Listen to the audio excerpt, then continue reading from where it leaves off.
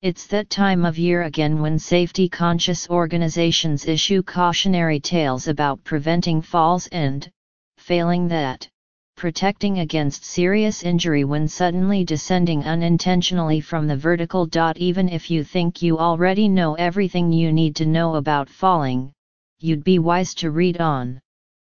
Many of us can use a periodic kick in the pants to help keep us safe. I know, because I'm one of those prone to doing something foolhardy even while thinking how dumb it is. Case in point, having just read a ream of background information about the risks of falling and its exorbitant costs, both personal and financial, I did something utterly stupid. I stood on the edge of the bathtub in my slippers to clean the top of the surrounding tiles. I got away unscathed this time, but I've promised myself never to try that again. As a much younger friend reminded me, a little household dirt never killed anyone, but landing hard on bathroom fixtures is a common cause of fall-related injuries and even deaths among people of all ages, and especially those in and beyond their seventh decade. In much of the country, fall injuries rise during the winter months when walkways become slippery and trip hazards are obscured by snow, ice or, in some areas, by leaves. Senior citizens, being less agile and more fragile, are especially at risk. A map of fatal falls in the United States, published last April in the AARP Bulletin, provides graphic testimony. Wisconsin and Minnesota, two of our coldest states, led the nation in deaths from falls among residents 65 and older. Given the season, let's start with how to avoid slips, trips and falls outdoors when sidewalks can sometimes resemble hockey rinks. Step 1. Check your footwear.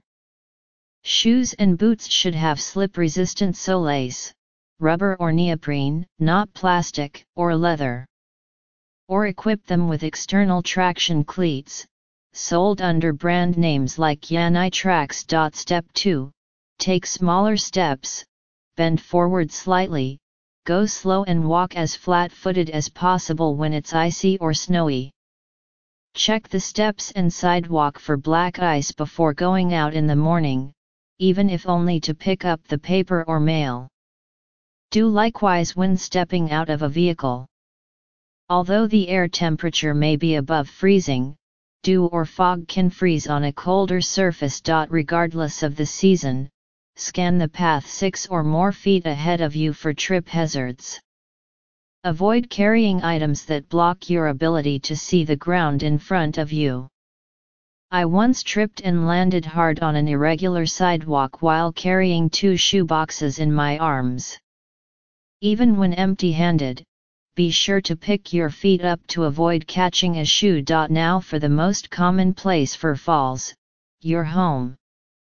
Most dwellings contain a catalog of trip hazards, including piles of papers, loose carpets or floorboards, extension cords and clothing carelessly dropped on the floor, not to mention water or grease on the kitchen or bathroom floor. Remove as many of these as possible and wipe up all spills as soon as they happen. While important at any age, these precautions are critical for the elderly.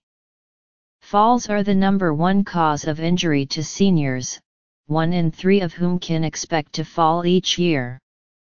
Too often the result is a debilitating fracture, loss of independence or death. Nearly 3 times as many people die after falling, some 32,000 a year, than are killed by guns in the United States.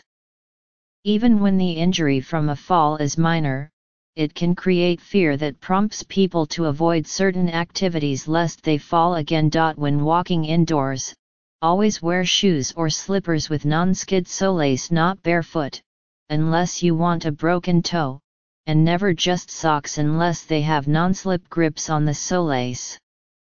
My slippers, which are really shoes with rubber soles, reside next to my bed so I can slip directly into them when I get up. Always use a handrail when going up and down stairs. consider installing a railing on stoops that lack them. If the item you want to carry is too big to hold in one hand or arm, ask someone to help. Bathrooms are particularly dangerous, especially for the elderly, who can benefit greatly from safety bars in the tub or shower and next to the toilet. Non-skid mats in the shower and tub and on tile floors are a must for all ages. Among other steps to take that can reduce the risk of falling is to maintain physical strength and balance as you age. If you're uncertain of your stability or agility, consider some sessions with a physical therapist and practice the recommended exercises regularly. Higher levels of physical activity have been shown to protect against falls in a study of Canadian men and women 65 and older. Think before you climb. Always use a safety stool, not a chair or ledge, when trying to reach a high-up item.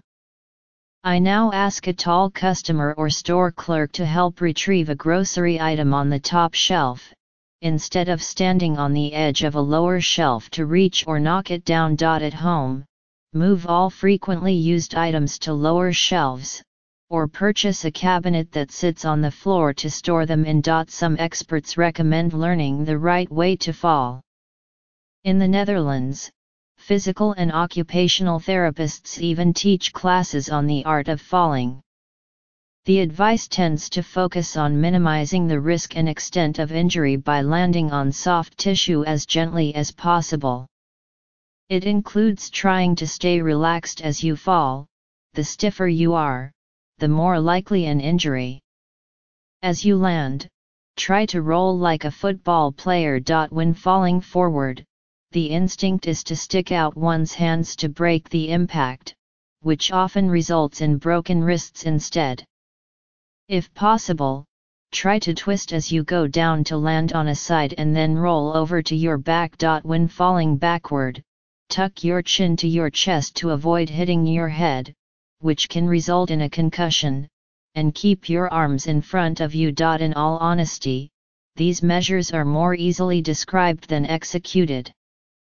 Several friends of a certain age who have fallen maintain that there was nothing they could do to mitigate an injury in the split second between being upright and lying flat on the ground. But consider mentally reviewing scenarios in which you practice falling more safely by visualizing the measures described above.